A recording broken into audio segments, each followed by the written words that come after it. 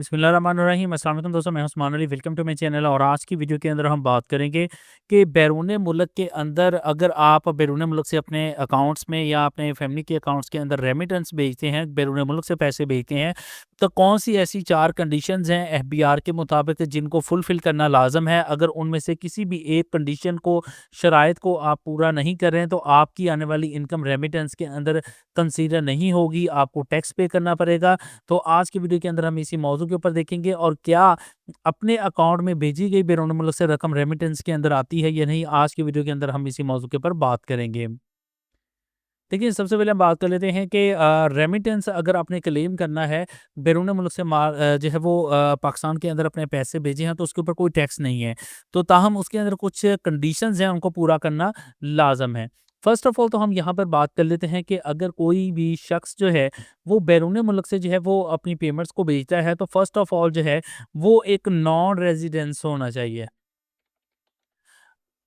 तब वो जो है वो अपना क्लेम अब नॉन रेजिडेंस कौन-सा है? ऐसा कोई शख्स जिसने 180 डेज़ जो हैं, ठीक है? वो अगर उसने बैरून मुल्क के अंदर गुज़ारे हैं, तो वो एक नॉन रेजिडेंस कंसीडर होगा।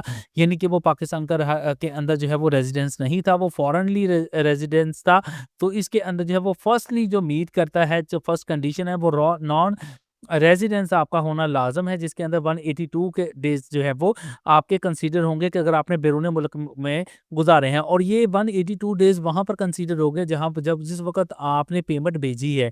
उसके बाद बेशक आप पाकिस्तान के अंदर आ गए हैं, आप नॉन रेज़िडेंस हो गए हैं, लेकिन सिर्फ़ पेमेंट भेजने के वक़्त आप नॉन रेज़िडेंस जो है वो होना आपके लिए लाज़म है। सेकंडली दैट जो है वो कि अगर बैरून मुल्क से आपने पैसे भेजने हैं, फ़ॉरेन रेमिटेंस क्लेम करनी है, तो जो करेंसी है आपकी, ठीक है?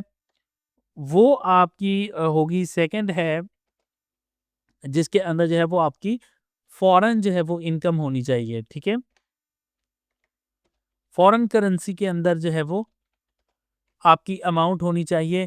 अब ये नहीं कि आपने पाकिस्तान के अंदर जो है वो कोई पाकिस्तानी करेंसी होनी चाहिए, आपने फ़ॉरेन करेंसी है, वो आपके डॉलर्स भी हो सकते हैं, वो आपके जो है वो कोई जो है वो दिरहम भी हो सकते हैं। व्हाट्सएवर आपके लिए जो इनकम है, वो आपने जो यहाँ पर भेजनी है, वो जो है वो फ़ॉरेन करेंसी के अंदर जो है वो होनी चाहिए। और अगर हम थर्ड कंडीशंस की बात करें, तो थर्ड ही जो है इसके अंदर जो है वो ये आपकी जो ट्रांज़ैक्शन है, ये बैंकिंग चैनल के ज़रिए होनी चाहिए। अगर आप जो है वो बैंक के ज़रिए जो है वो अपनी ट्रांज़ैक्शन के लिए जो है वो सेंड नहीं करते बैरून मुल्क से के अंदर, फिर आप इसको फ़ॉरेन रेमिटेंस के अंदर क्लेम नहीं कर सकते। आपने किसी बंदे के हाथ में भेज दी है, तो this is not a foreign remittance.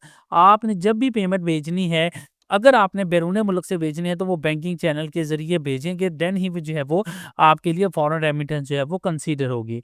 4 जो है वो इसके अंदर जो कंडीशंस हैं, उसके अंदर जो है वो आपके पास पीआरसी जो है वो सर्टिफिकेट होना जो है वो लाज़म है। अब ये पीआरसी सर्टिफिकेट क्या होता है?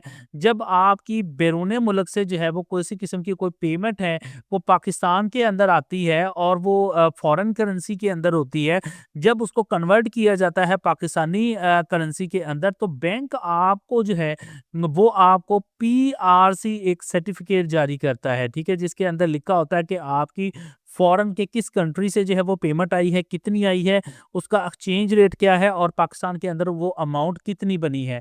ये बैंक आपको वैसे ही जब आपके अकाउंट में पेमेंट आती है, जब वो उसको कन्वर्ट करता है, आपके अकाउंट में डिपॉज़िट करता है, तो पीआरसी सर्टिफ़िकेट आपको जो है वो बज़रिया ईमेल भी भेज देता है, अदरवाइज़ आप बैंक से भी ले सकते हैं। तो ये 4 कंडीशंस जो हैं वो आपने मीट करनी है, देन आपकी बाहर से आई हुई इनकम जो है, वो एक फ़ॉरेन इनकम के अंदर जो है वो कंसीडर होगी। अब ये लाज़म नहीं है कि आपने इसको किसी अपनी फैमिली मेंबर को भेजना है। आपने अपने पाकिस्तान के अकाउंट के अंदर भी अगर कोई अमाउंट जो है वो फ़ॉरेन करेंसी के अंदर भेजी है, इन 4 कंडीशंस को मीट करते हुए, तो वो भी जो है वो फ़ॉरेन रेमिटेंस के अंदर ही कंसीडर होगी। तो ये कुछ कंडीशंस हैं जिसके अगर ये मीट करते हैं, तो देन आप अपनी जो इनकम है उसको जो है वो अपनी टैक्स रिटर्न के अंदर एज़ अ फ़ॉरेन रेमिटेंस के अंदर क्लेम कर सकते हैं। अदरवाइज़ जो है वो ये आपकी नॉर्मल इनकम ही कंसीडर होगी। इस वीडियो से मुतल्लिक़ अगर आपका कोई सवाल है, तो वीडियो के नीचे कमेंट करके पूछ सकते हैं या मेरे व्हाट्सएप नंबर के ऊपर वॉइस मैसेज करके पूछ सकते हैं। थैंक फॉर वॉचिंग एंड अल्लाह हाफ़िज़।